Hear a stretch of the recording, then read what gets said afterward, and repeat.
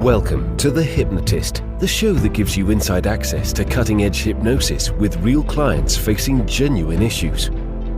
Brought to you by the hypnotherapist demanded by celebrities, CEOs, and even royalty, Adam Cox. These recordings took place live from Adam's clinic in London's world-famous Harley Street. This podcast features powerful hypnosis, so do not listen while driving or operating machinery.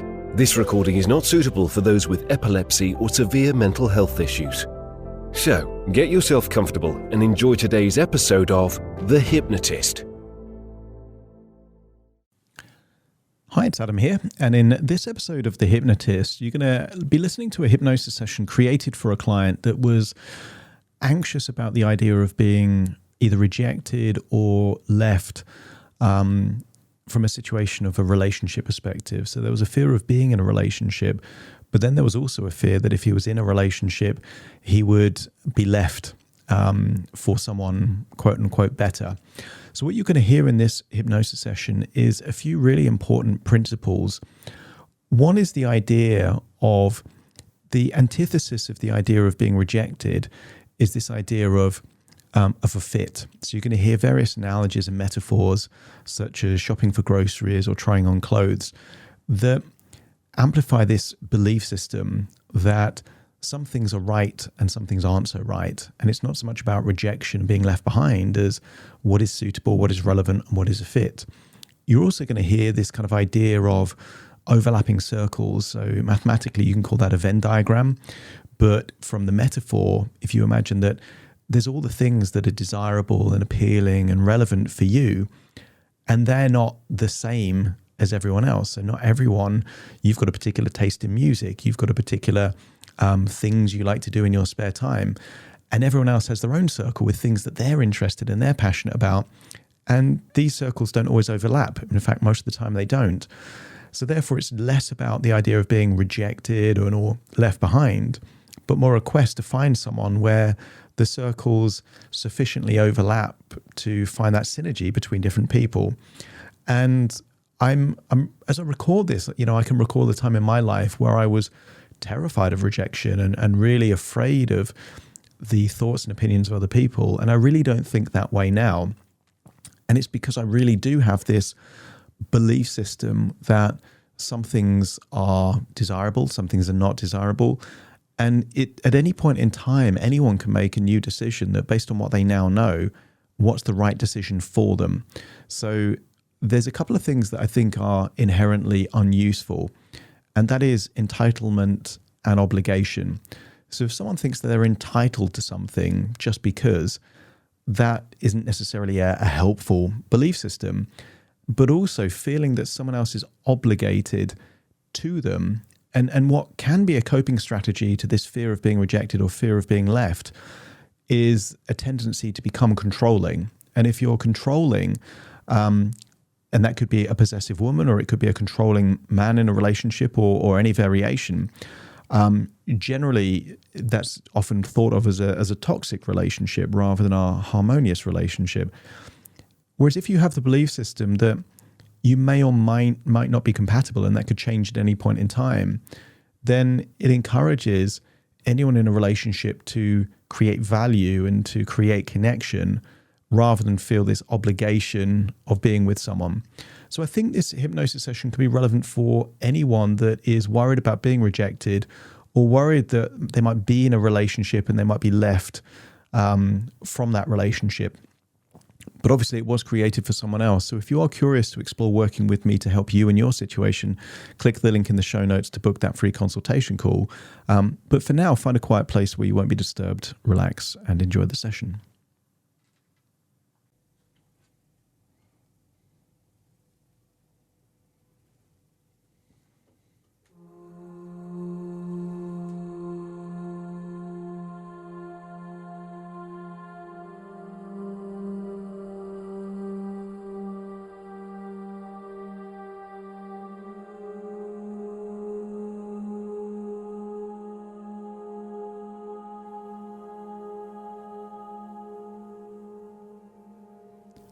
Take a deep breath in.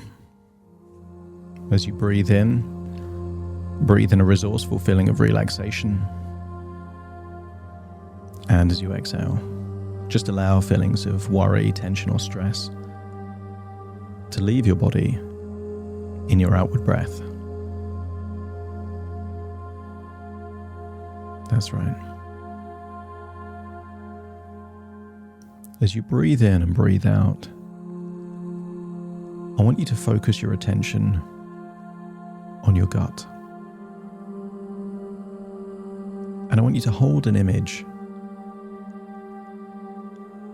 of a glowing white light there in the center of your gut. I want you to accept that this is a healing white light. I want you to imagine this has come from the future. Powerful technology that can heal anything that it's in the presence of. And as you imagine that healing, glowing ball of white light there in your gut, imagine it starts to expand. And as it expands, I want you to get a sense that everything around your gut is being healed. I want you to think of your gut right from your stomach, your lower intestine, your large intestine, all the way down, as being something that is healing. Feel that glowing white light healing your gut. And I want you to create an image in your mind of your gut healing in whichever way makes sense. Perhaps you're familiar with nanotechnology, microscopic robots that can go into the body and act like cells, healing tissue, repairing anything that's broken. Perhaps with this glowing ball of white light there in your gut, you can imagine millions or billions of tiny microscopic robots repairing all elements of your gut. Perhaps you can imagine them taking away toxins, dead cells. They're not just repairing it, they're clearing it, cleaning it, optimizing your gut. I want you to imagine that they are feeding the microbiome with whichever ingredients is necessary to remove unhealthy bacteria and to support that good positive bacteria for a healthy gut. Everything is being repaired. As you continue to breathe in and breathe out, just accept that while I continue to talk, this futuristic technology is healing, repairing, and soothing all elements of your gut.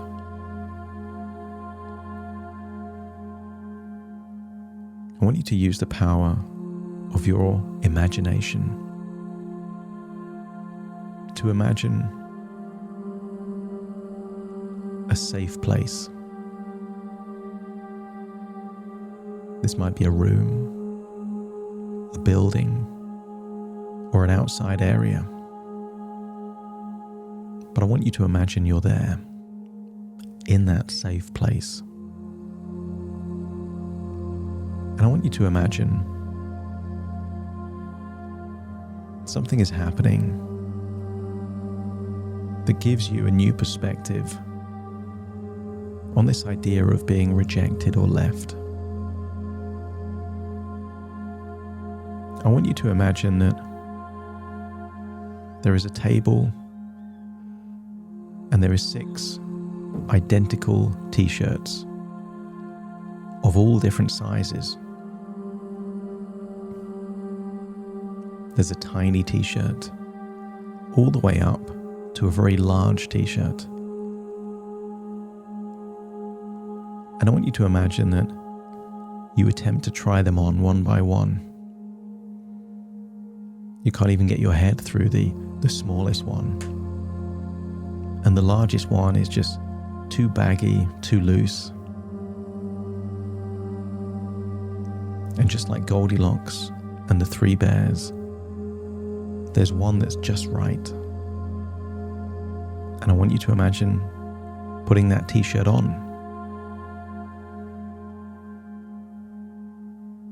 and getting the sense that this was the right choice because it's the right fit for you at this point in your life.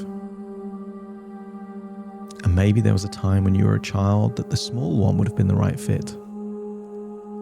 And maybe there was a time when you were a different body shape and a larger one may have been the right fit. But right now, only one of all of these t-shirts is the right fit for now. And I want you to ask yourself the question, should all those other t-shirts feel rejected? Should they feel left behind? Because for all those other t-shirts, there are lots of other people that they are the perfect fit for them. So they shouldn't feel rejected or left behind. But look at things from the perspective of the right fit.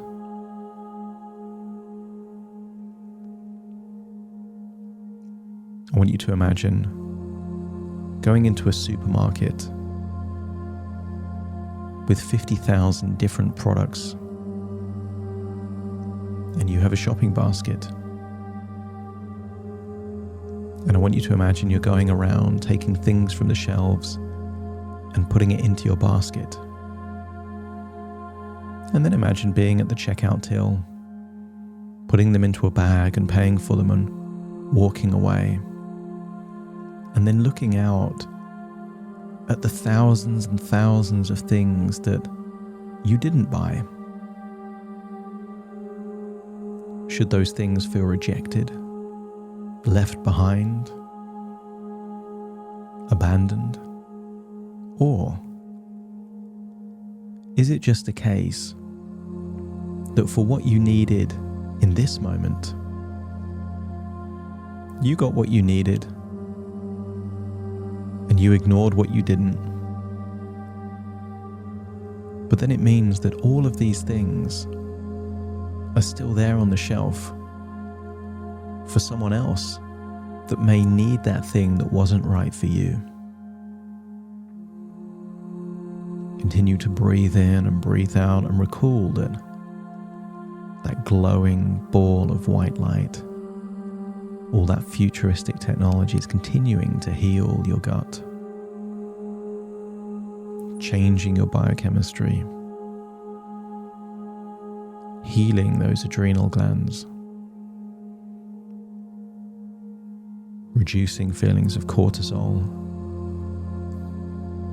and enabling you to release those feel-good chemicals of serotonin, oxytocin, endorphins, and even dopamine, the things that make you feel good. Because when you feel healthy, you feel good. And when you feel good, you feel more confident and able to do more of the things that you want to do.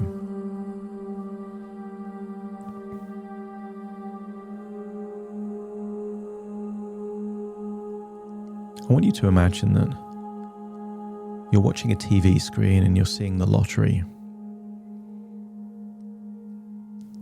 And I want you to imagine that you have a lottery ticket in your hand.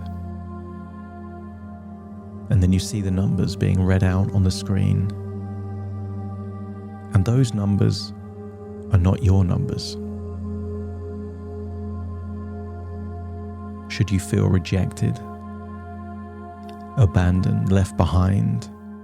Should you feel jealous of the one person that won millions on the same lottery that you entered.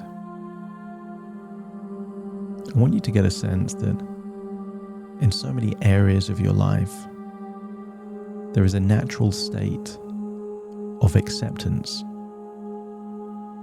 You accept that some things are meant for you and some things aren't. Sometimes you get good experiences, sometimes not so good experiences. Think of childhood friends. There's certain people you got on well with and other people that you didn't, and you couldn't necessarily explain it. There's just certain things that happen in a certain way. That doesn't mean you were rejecting children of a certain age, and it doesn't mean they were rejecting you. It just means that there are things that enable connections to take place. And sometimes connections last for a few minutes or a few hours. Sometimes connections last for a few days, a few weeks, a few months. And sometimes connections lifelong relationships that last a long time. But all these things are temporary. When you zoom out and look at a universe of billions and billions of years old, everything is temporary. I want you to imagine there is a circle around you, like the rings of Saturn.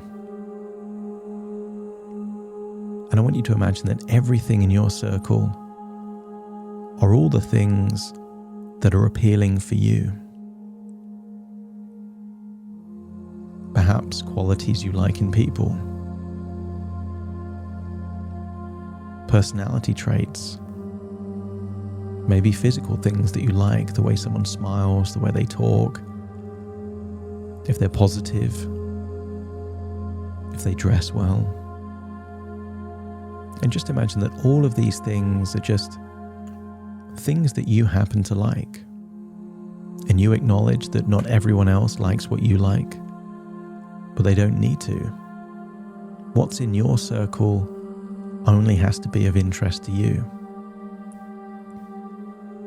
But I want you to accept that everyone has a circle spinning around them. Some of these circles are small, and some of these circles are really big.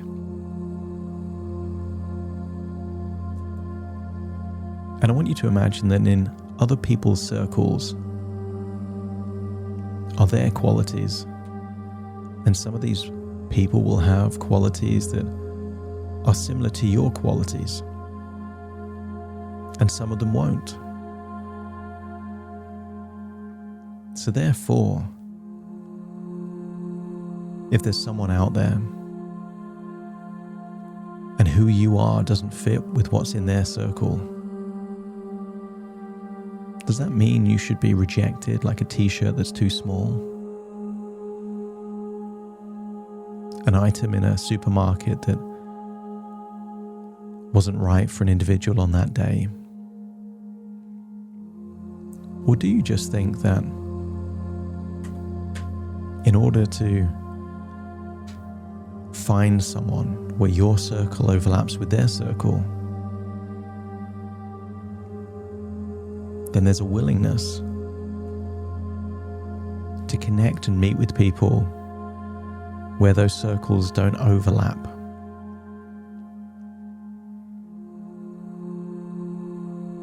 You can't win the lottery if you never buy a ticket. And you can't meet someone with an overlapping circle if you don't interact with people in general. If your unconscious mind accepts that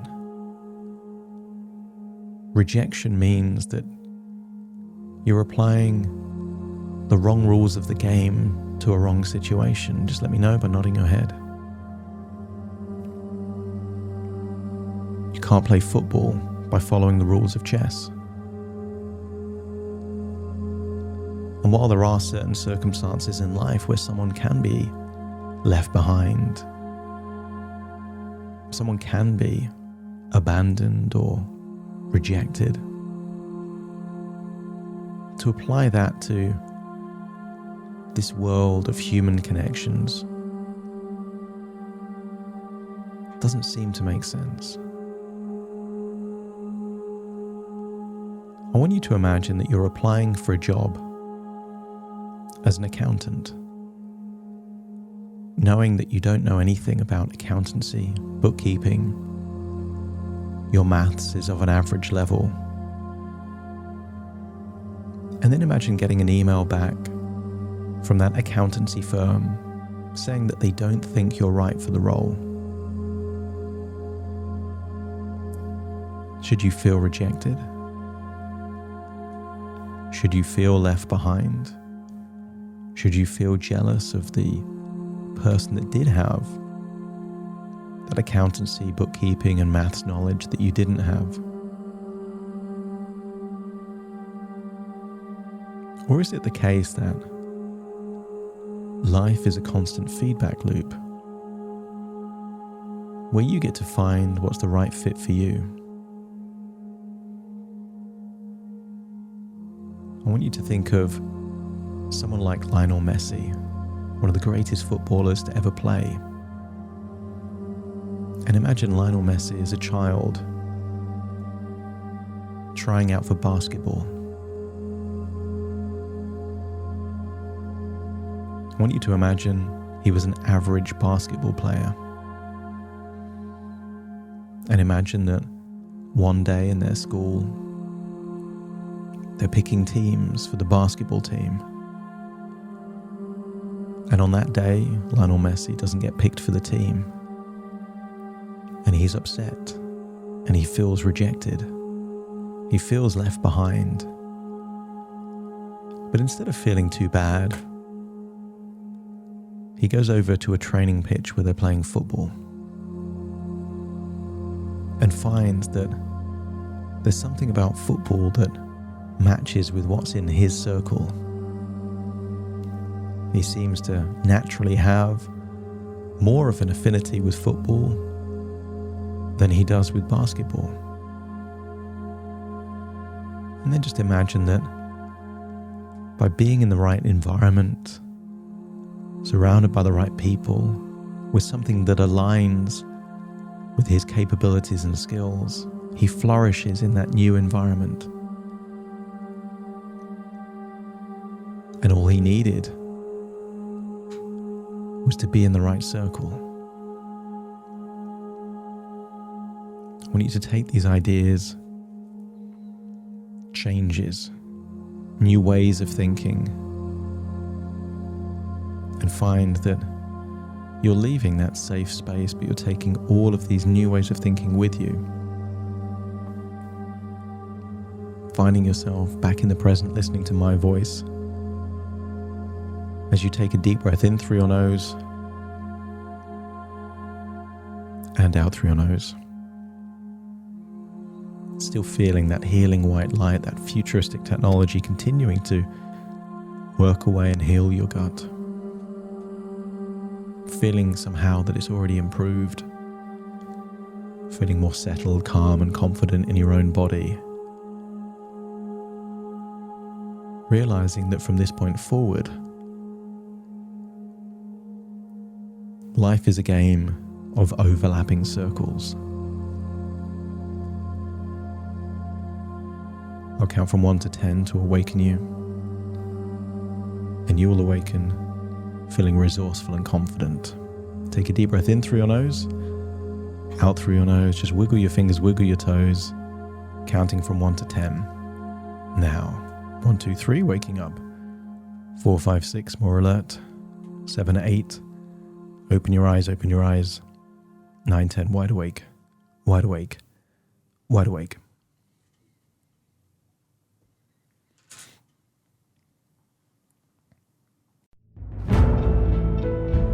Thank you for listening to The Hypnotist with Adam Cox, the show that gives you inside access to cutting-edge hypnosis with real clients facing genuine issues.